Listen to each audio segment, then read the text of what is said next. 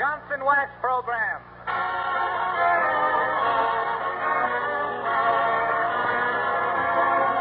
The makers of Johnson's Wax and Johnson's Self-Polishing Glow Coat present Marion and Jim Jordan as Fibber McGee and Molly, with Donald Novis, the Four Notes, and Billy Mills Orchestra. The show opens with Hallelujah.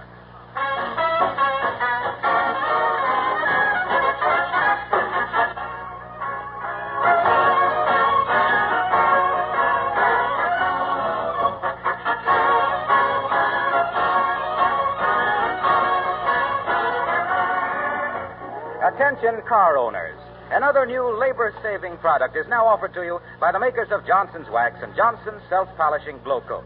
The name of this new product is Johnson's Carnu, C-A-R-N-U. It's a double-action cleaner and wax polish all in one. The job it does is little less than miraculous. Carnu saves you time and work. You simply can't compare its fast action with the old difficult methods of car polishing. If your car is now foggy, streaked, and dirty, Carnu will quickly take away all the ugly film. Give it a dazzling mirror-like polish that will amaze you. This new double-duty liquid polish goes on in a hurry, dries almost immediately to a white powder. Wipe off the powder with a clean cloth, and there stands your car with a dazzling wax polish. A car your family will be proud to ride in. You can easily do the job in an hour, and believe me, you'll call it an hour well spent. Carnu both cleans and wax polishes in one simple operation. Buy a can of Johnson's Carnu without delay at a filling station, auto supply store, garage, or from your regular wax dealer. You'll soon be saying with thousands of car owners, your car looks like new when you use Carnu.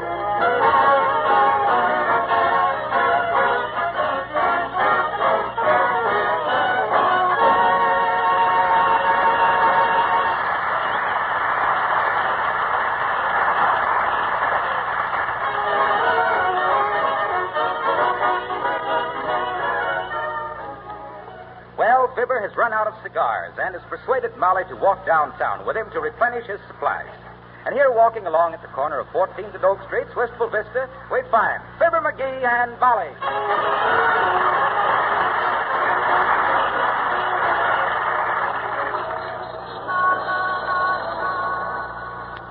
Well, I still don't know why we didn't take the car, dearie. Heavenly days, we've hardly used it. Oh, I know, but I think it's a good idea now and then, Molly, to walk along the streets of your own town. What's good about it? Well, it brings you closer to things. It gives you the common touch. Hey, buddy, can you spare a dime for a cup of coffee? The common touch. I'm kind of a little bit short of change, Bud, but here's a nickel. Okay, I'll get a dimmy taxi. Thanks, Doc.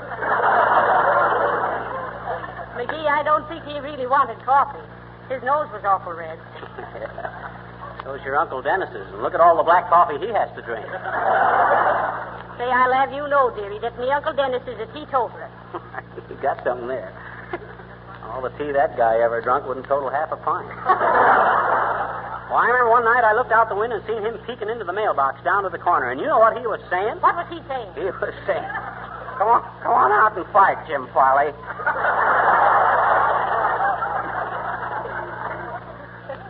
Well, he shouldn't have done that. You know, Mr. Farley's twice as big as Uncle Dennis. I just mentioned it. Oh, there's Harpo Wilcox. Hi, Harpo. Oh, where are you going in such a hurry, Mr. Wilcox? I'm going down to buy some fireworks. Fireworks? What's your hurry? Why, 4th of July is 5 weeks away. I know it, but I always start early. You see, I give firecrackers as premiums to all my Johnson Wax customers. Oh, I suppose the idea is that Johnson's Wax does such a bang-up job. Yes, sir, but not only that. It emphasizes the fact that Johnson's Wax saves so much time and trouble for a housewife that every day is Independence Day. Oh. Well, I'll see you later, folks. I gotta hurry. Smart guy, Harpo. I hope our sponsors notice the boom in our summer business. Careful crossing the street here, Molly. Better let me take your arm before some truck driver takes your leg. Say, you just take care of yourself, dearie. Remember the time you got your heel caught in the car track? You held up traffic for 4 hours. It would have been longer than that if some genius hadn't suggested I take my shoe off. Hello there, Johnny. Hello, daughter. Want to buy some homemade peanut brittle? It's nutty, but nice. No, thank you, Mr. Oldtimer. Not today. Hey! She says, no, we don't want any old-timer. Personally, I hate to lose dignity by arguing with a hunk of candy, but it never agrees with me. That's pretty good, Johnny. But that ain't the way I heard it. The way I heard it, one feller says to the other feller, say, I just read an article that says the human body is 65% water. Wonderful news, ain't it? Sure is, says t'other feller. Next time I want to play poker with the boys, I can sneak out through the hydrant. Well, sorry you don't want any peanut brittle, kids. Kind of like it myself. I'm a little deaf, and with this stuff, I can always tell when I'm through eating. Well, so long, Johnny. Goodbye, daughter. Nice, fresh peanut brittle. Monkey wrench with every box to tighten the nuts. Get your peanut...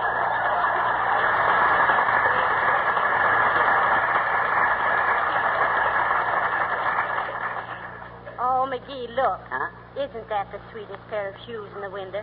Those beach clogs with the platform soles. Gee, I'd like to get a pair of them myself. I'm so short that whenever I go to the beach, I can't see anything. What? Oh, hi, Don. Well, hello, Fibber and Molly. Where are you bound for? We're going down to the cigar store, Mr. Novus. McGee has run out of cigars. I don't blame him. If I smoked the kind of cigars he does, I'd run out, too. Yeah, he was blowing smoke rings last summer up at the lake, and they're still using 4 of them for life preservers. Ain't so. I understand he sold 3 of them to the fire department for horse collars. Now, listen here, you two. Just because if a guy can't... why don't you sing something, Novus? I'm going to. I'm going to sing I'm Building a Sailboat of Dreams. Oh, that's fine, Don. Folks, Donald Novus sings I'm Building... Oh, wait a minute, McGee. Do you hear that? There's an extra out. Extra, broke down stuff. Yeah, read all about it. Knocked up woman. Extra, paper.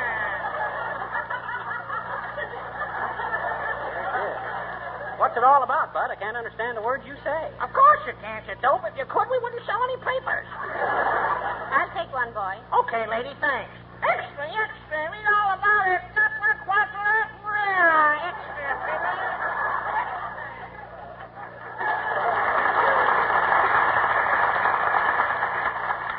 What's it say, Molly?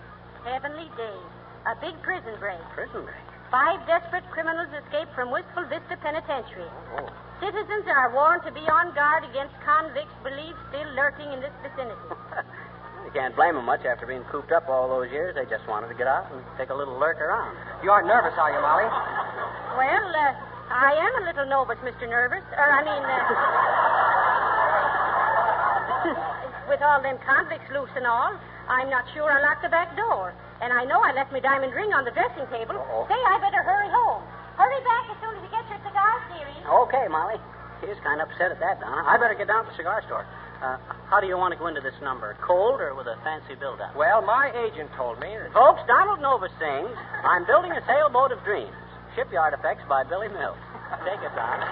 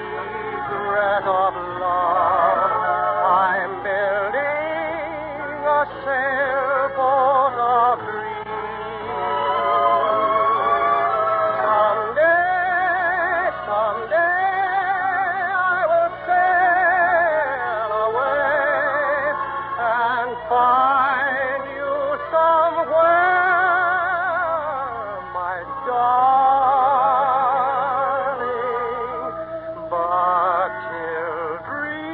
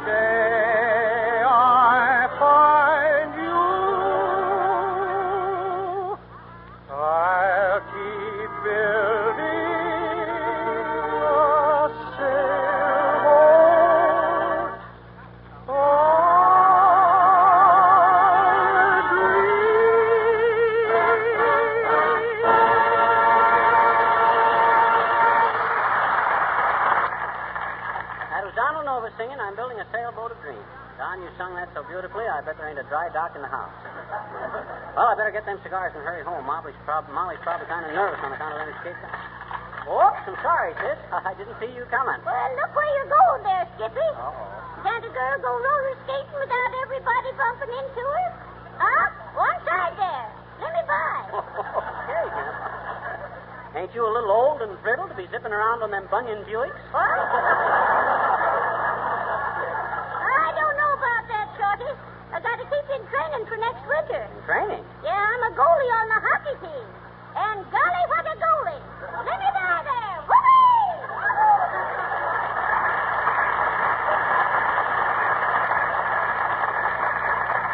Great gal for a hockey team at that. I can just hear the sizzle when that red-hot mama hits the ice. Well, hi, Harpo. Oh, I see you got your firecrackers. Yeah, swell assortment, too. Let's see 'em. Oh, they're just ordinary firecrackers. I guess I told you what I wanted them for. You see, whenever I start to tell one of my customers about Carnew, say, Fibber, get your face out of this bag with that lighted cigar. Oh, okay, Harpo. Well, when I talk to my customers about Carnew, I say Carnew, that remarkable new Johnson product, is as easy to apply as a match to a bunch of firecrackers. Must have dropped a spark in there. Yeah, they've exploded. They've exploded the old theory that you have to wear yourself out to get a beautiful polish on your car. Why, nothing annoys a car owner more than a dingy, dusty car. And with Carnew, everyone reports that it's sensationally easy to use. You just apply Johnson's Carnew over the clean surface of your car, and bingo! Bingo! There's your failed groom wax polish. I tell you, folks, Johnson's Carnew is destined to be the most popular automobile polish on the market.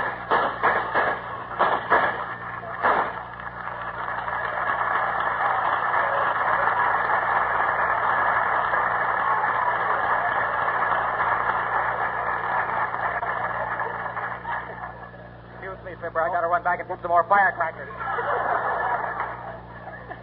I think he's the guy who used to tell me I'd get pinched someday for shooting off my mouth inside the city limits. Uh-oh, here's a cigar store. Oh, hi, Maury. How are you stocked up on them old McGee smokeroos? You are still owing me for the last 100 cigars, McGee. Okay. How much? $1.25.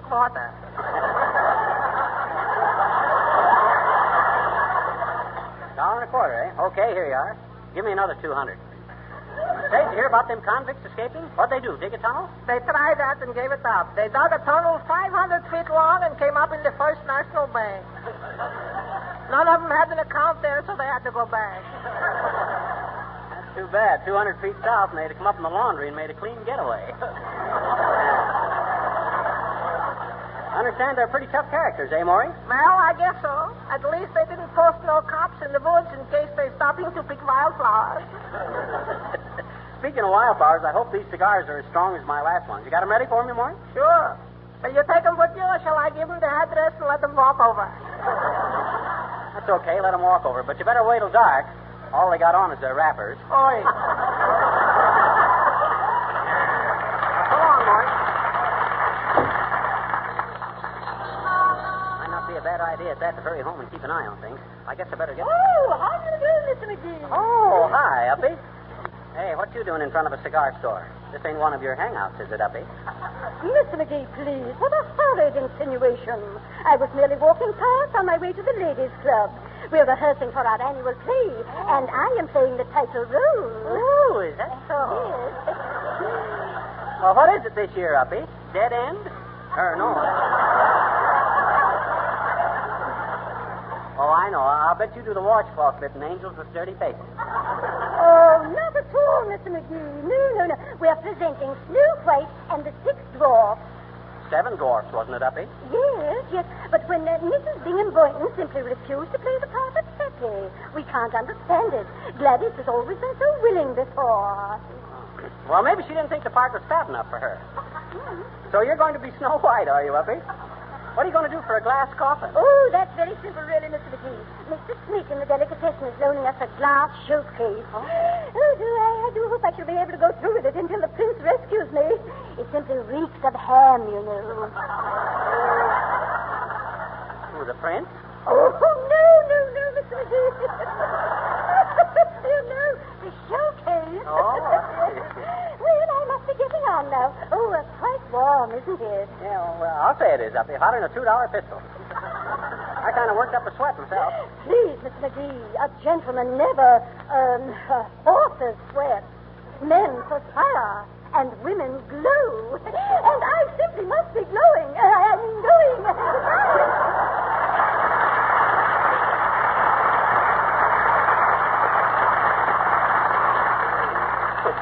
Good old Uppy. Some of them club women remind me of a dollar alarm clock. Full of good work, sound awful busy, and never quite on time. Now, see, what was I going to do here? Well, for scream's sake, Fizzer, what are you doing standing around on the street like a fragrant without any home? Just come downtown to get some cigars, Nick, but I got to go right back home. Say, I'm just meeting Mr. Wilscott down the street. Oh, you did, eh? Sure, and he's having a big bag full of firecrackers, torpedoes, pin whistles, sky rockets, and Roman candlesticks. He's going to celebrate in the Declaration of Independence a little prematurely, isn't he? No, he's giving them away for premiums. You going away for the 4th, Nick? No, Fizzer, I think I'm staying here because my little boy Demetrios is being personally selected to make a recitatimum of a patriotic poetry. Oh, what's he going to recite, Nick? The recitation he's going to give is a very famous poetry, which the name of it is being The Middle of the Night Ride of Paul Revolver. It is going something like this. Listen, my squeegees, and get a load of a man who is galloping down the road. Never mind, Nick. I'm familiar with that poem, and I got to get home. Molly's worried about them escaped convicts. Oh, but Fizzer, every good United States of America citizen should have some refreshments for his memory of this great poetry. Oh. 1 if by land, and 2 if by sea, and 3 if by railroad. It's okay with me. Hardly a man is now alive, and if he is, he's more than 75, who remembers that famous day and year. Say, Fizzer, would you like a glass of beer? No, thanks, Nick. I told you I had to hurry home because... 1 for the money, and 2 for the show. And Paul Revolver was ready to go when he hung up a signal in the steeple, and Paul was watching. He was pretty smart people. Please, Nick, I can't... To every middle-sized village and farm, the Redskins are coming. He gave the alarm. It's a good thing he did, too. It would be just too bad. And George Washington is the first president we ever had. Oh, that is a wonderful poetry, Fizzer, and it is teaching us a big lesson, too. That horseback rides is just going to show that there has been more than one patriotic canter in our history. Well, so long, Fizzer. See you later. More than one patriotic... Take it, Billy.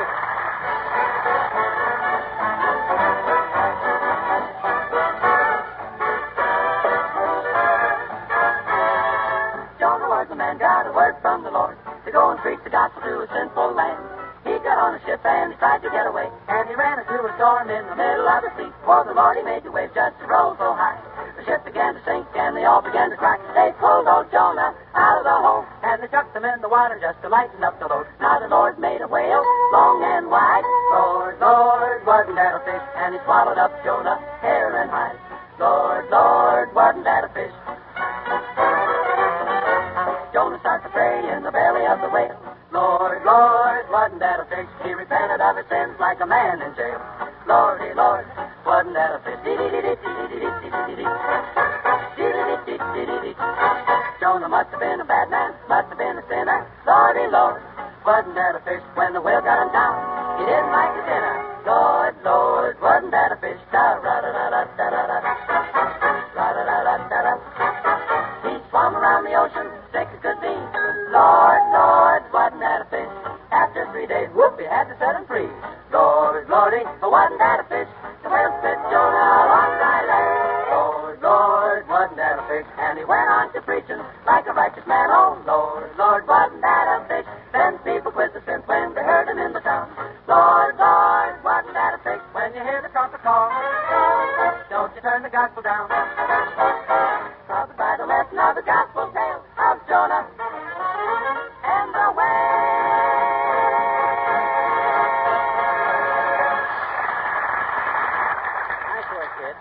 Folks, that was the 4 notes singing Jonah and the Whale. And they wham back over the... Oh, no. That was another seafood opera. Have to sweep the leaves off from under this fire. I suppose Molly's got all the doors barricaded and is pointing my shotgun at the chimney. I wish she wasn't so bad. Listen, lady, be reasonable. Must have company. I wonder who that is. Listen, sister, you make one more move toward that window and we spot you. see? Yeah. You're after us, see? And we ain't taking no chances. Oh, dear, I wish McGee was here. Oh, my gosh. It's them convicts. They got Molly. What'll I do? I'll run next door and phone for the cops. I hope Molly keeps cool. When I get back out, I have the cops over here in 5 minutes. Oh, hello, little girl. Will you ask your mom if I can use the phone? Quick. No. Oh, come on, you gotta. Why? It's a matter of life and death. Hmm? Oh, come on, sis. Quit stalling. Hurry up. Ask your mom if I can use the phone. I can't do it, I betcha. Well, why not? Oh, my mom isn't here. Well, who is here? Me? Ain't there anybody? I mean, can't some... Listen, sis, I'm coming in and use that phone. Okay, mister. Well, where is it? Where's what? The telephone, Dad. Right at the telephone. Ought to be here in the hall someplace. Where is it, sis? Hurry up. They took it out, I betcha. Oh. Listen, sis, this is urgent. I got to get to a telephone. Where's the nearest place I can telephone? Right here. Huh? We got a telephone. I thought... Dad, Braddock, you said they took it out. Sure they did, I betcha. They took it out of the hall and they put it in the dining room. Oh. Why does everything have to happen to me? Did you ever have the mumps? No, I never had the mumps. Well, then everything hasn't happened to you, I guess. Please, sis, there's burglars in our house. I got to call the police. Where's the telephone? In the dining room. Right there, you see? Oh. The nickel? Oh, no. That's not a cent of change with me, and this would be a nickel phone. No, it isn't, mister. Well, why'd you ask me if I had a nickel? Hmm? Oh, listen, sis. Let me make this phone call, and we'll discuss finances later. Oh, no, you don't. Huh? No. When the other neighbors use our telephone, they give me a nickel. And one price tall is the way I do business. Okay. I'll give you a nickel. I'll give you a dime. I'll give you a quarter. Here, give me that phone. Hello? Hello? Hello? Hello? Hello? Quiet, sis. I'm telephoning. Hello, operator. This is an emergency. Give me the police. Please. You can have it for a penny. Hello, police station. This is Fibber McGee, 79 Wistful Vista. Please. You know them convicts that escaped? Well, they're in my house at 79 Wistful Vista, see? Listen, officer, get the squad cars out right away and tell them to take it easy because they got my wife in there with them. I'd have busted in there myself, but there was no use throwing my own life away. You can have it for a penny. Okay, officer, thanks, and tell them to hurry. I heard them through the door, and they're pretty desperate. Okay, officer. Long. Where's my quarter, mister? Oh, I ain't got time now, sis. I'll see you later. Hmm? I said, don't bother me now. I got to get home. Okay, mister. But it seems to me that it takes a pretty despicable character to default on a business arrangement with a lady, particularly when she has afforded him every facility to restore his loved ones to the great American ideal of life, liberty, and the pursuit of happiness.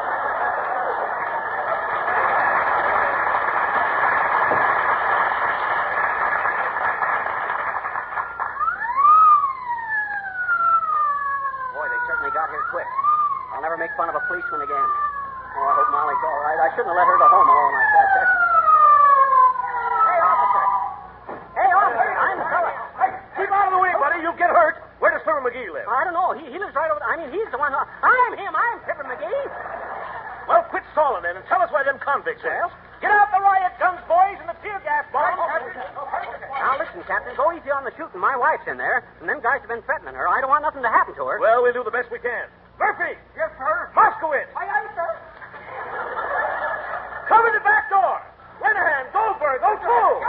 Climb the trees and cover the upstairs window. All right, McGee.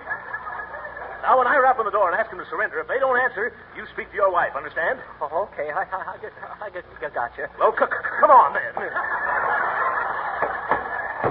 All right, you men in there. Come out quietly and you won't be hurt. The house is surrounded. Do you hear me? Oh, my gosh. You don't suppose they... Call your wife, McGee, and see if she answers. Molly! Well, it's about time you got home, McGee. What are you doing with the policeman? Molly, are you all right? I mean, He told us them escaped convicts was in here, lady. Sure they were. I heard at least 4 tough guys talking in here not more than 10 minutes ago. Why, McGee, you never...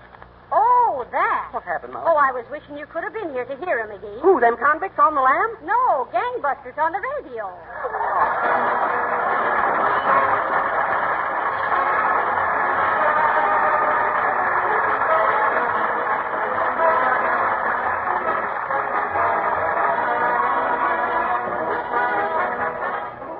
Fibber and Molly will be back in just a moment. And now, your attention, please.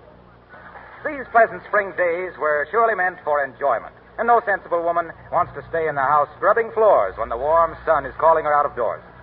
Let me remind you, then, that you can forget about scrubbing when your floors and linoleum are gleaming with Johnson's self-polishing Glow Coat. You'll be glad every day when you see your beautiful, lustrous floors and discover that dirt can't stick to the shining Glow Coat polish. And don't neglect your porch floor. Do you remember how the dirt collected on it last summer?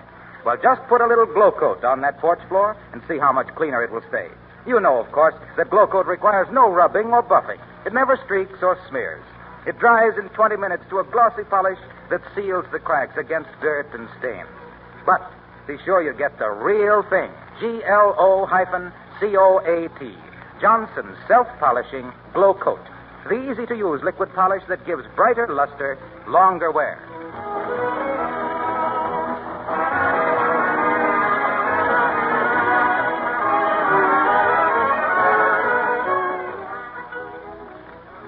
Heavenly days. I haven't seen so many cops since the time I was crowned queen of the 14th precinct at the policeman's ball.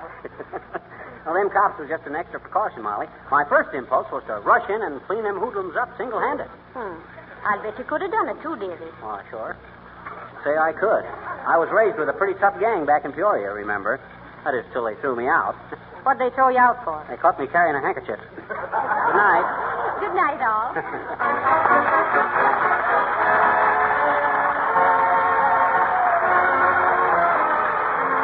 May we suggest that when you visit the New York World's Fair, you be sure to see the 15 beautiful model homes in the town of tomorrow. On all the floors and woodwork of these homes, Johnson's wax polishes are used exclusively. This is Harlow Wilcox, speaking for the makers of Johnson's Wax and Johnson's Self-Polishing Glow Coat at Racine, Wisconsin, inviting you all to be with us again next Tuesday night. Good night. This is the National Broadcasting Company.